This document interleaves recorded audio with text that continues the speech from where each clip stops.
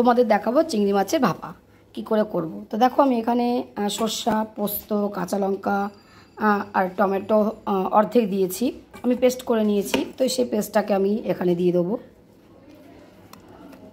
ভালো লাগে খেতে। যে কোনো রান্না একটু খাটনি থাকলে সে রান্নার টেস্ট অবশ্যই পাওয়া যায়। তো কষ্ট করলে কেষ্ট মেলে। তো জানি এই রান্নাতে একটু ঝামেলা আছে, তবু খেতে কিন্তু খুব দুর্দান্ত লাগে।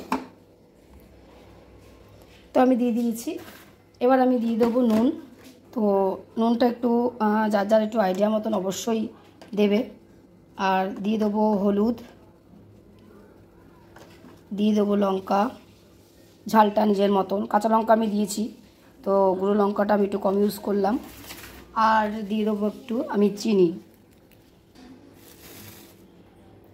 দিয়ে দিলাম চিনিটা হচ্ছে নুন আর চিনির একটু ব্যালেন্সটা খুব সুন্দর হয়, তার জন্য চিনিটাকে অ্যাড করা। যারা চিনি পছন্দ নাও করে তারা এটা স্কিপ করতে পারে অবশ্যই।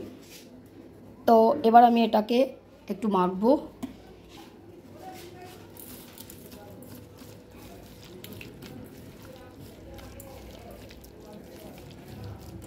তো মাখার পর এবার আমি সরষের তেলটা অ্যাড করব। এই রান্নায় একটু সরষের তেলটা ভালো লাগে বেশি দিলে, তো আমি একটু জাস্ট বেশি দিলাম অবশ্যই। তো এটাকে দেওয়ার পর আমি আবার একটু ভালো মতন মেখে নেব।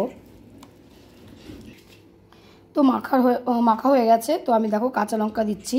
আমি কাঁচা লঙ্কাগুলো চিরিনি, কারণ ঝালটা সবাই সমান খায় না, কেউ কম খায় কেউ বেশি খায়।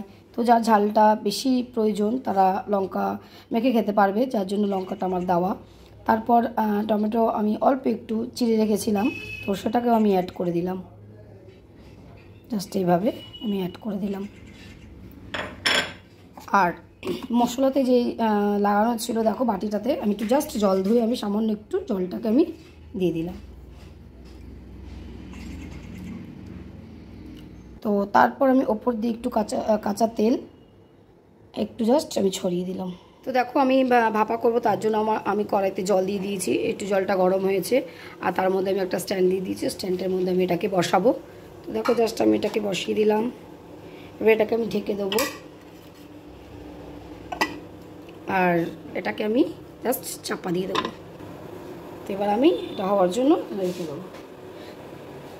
তবে বন্ধুরা একটা কথা বলছি, মাঝে মাঝে কিন্তু তোমরা অবশ্যই চেক করবে। তো আমি সেটা চেক করে নেব।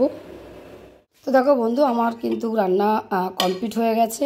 আর আমি কিন্তু মাঝখানে একটু দেখেছিলাম কীরকম হয়েছে না হয়েছে। তো তোমাদের যদি ভালো লাগে অবশ্যই কিন্তু লাইক কমেন্ট করো, আর বন্ধুদের সাথে অবশ্যই শেয়ার করতে ভুলো না। টাটা, বাই বাই, সবাই ভালো থেকো।